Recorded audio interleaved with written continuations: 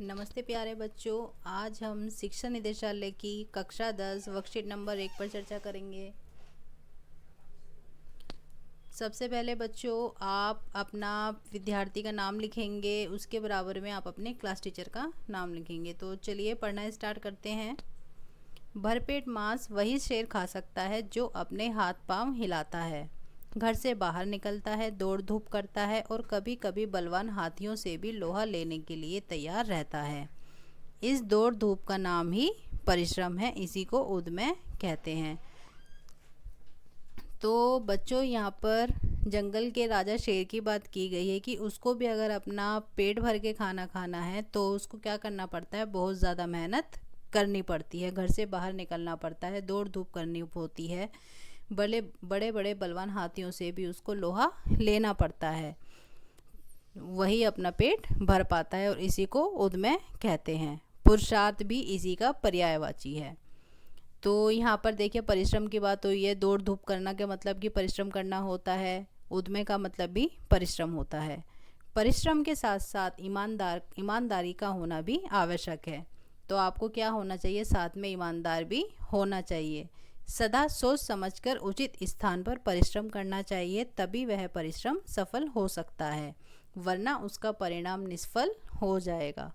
तो जब आप ईमानदारी के साथ सही स्थान पर, सही जगह पर आप परिश्रम करते हैं, सही दिशा में आप मेहनत करते हैं, तो आप ज़रूर ही सफल होते हैं।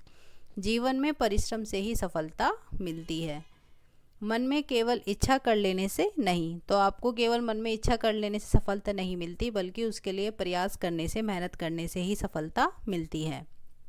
मेहनत बड़े बड़े पुरुष या व्यक्ति बनने की निशानी है। तो जितने भी वो बड़े महापुरुष हुए हैं, बड़े व्यक्ति हुए हैं, वो कैसे बने हैं, मेहनत से बने हैं। इसलिए विद्यार्थियों, यदि तुम भी जीवन में कुछ कर्तव्य कर दिखाना चाहते हो तो परिश्रम रूपी लाठी का सहारा लो। तो इसमें लेखक कहता है कि विद्यार्थियों, यदि तुम भी अपने जीवन में कुछ कर दिखाना चाहते हो तो तुमको किसका सहारा लेना होगा, परिश्रम रूपी लाठी का सहारा लेना होगा। तो अब हम इसका पहला प्रश्न देखते हैं। पहला प्रश्न है, भरपेट मांस कौन सा शेर खा सकता है? तो बच्चों इसका उत्तर होगा बच्चों, भरपेट मांस वही शेर खा सकता है जो अपने हाथ पांव हिलाता है, घर से बाहर निकलता है, दौड़ धूप करता है और कभी कभी बलवान हाथियों से भी लोहा लेने के लिए तैयार रहता है। तो ये आपके प्रश्न संख्या 1 का उत्तर होगा। अब हम देखते हैं हमारा दूसरा प्रश्न। दूसरा प्रश्न है हमारा, गद्यांश में आए परिश्रम शब्द के पर्यायवाची शब्द ढूंढकर लिखिए। तो ये जो हमको पैसेज दिया गया है, इसमें से हमें पर्यायवाची शब्द लिखने हैं परिश्रम के। तो बच्चों इसका उत्तर होगा,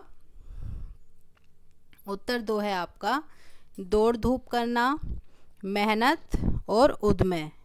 ये 3 आंसर हैं, ये 3 पर्यायवाची हैं आपके परिश्रम के। अगला प्रश्न है बच्चों, सोच समझकर उचित स्थान पर किया गया परिश्रम ही रिक्त स्थान। तो हमें यहाँ पर रिक्त स्थान भरना है, इसमें आगे की लाइन भरनी है। इसका उत्तर होगा, सोच समझकर उचित स्थान पर किया गया परिश्रम ही सफल होता है। अब हम प्रश्न संख्या 4 देखते हैं। प्रश्न संख्या 4 है, निष्फल शब्द का विलोम शब्द लिखिए। तो बच्चों निष्फल का विलोम होता है सफल, इसका फल नहीं होता है। बहुत से बच्चे इसका आंसर फल लिख देते हैं, बेटा फल नहीं है, निष्फल का विपरीत है सफल। अब है प्रश्न संख्या 5। प्रश्न संख्या 5 है, जीवन में कुछ कर्तव्य कर दिखाने के लिए किसका सहारा चाहिए? तो बच्चों जैसा अभी हमने पढ़ा, इसका उत्तर है, जीवन में कुछ कर्तव्य कर दिखाने के लिए परिश्रम रूपी लाठी का सहारा चाहिए। तो ये आप देख सकते हैं सारे प्रश्न हमारे कंप्लीट हो गए हैं। ये हमारी आज की वर्कशीट है बच्चों, इसको आप यहाँ से कर लें। साथ ही आप इस चैनल को सब्सक्राइब कर दें, ताकि जब भी कोई, साथ ही बेल बटन प्रेस कर दें, ताकि जब भी कोई नई वीडियो आए तो उसका नोटिफिकेशन सबसे पहले बच्चों आपको मिल जाए।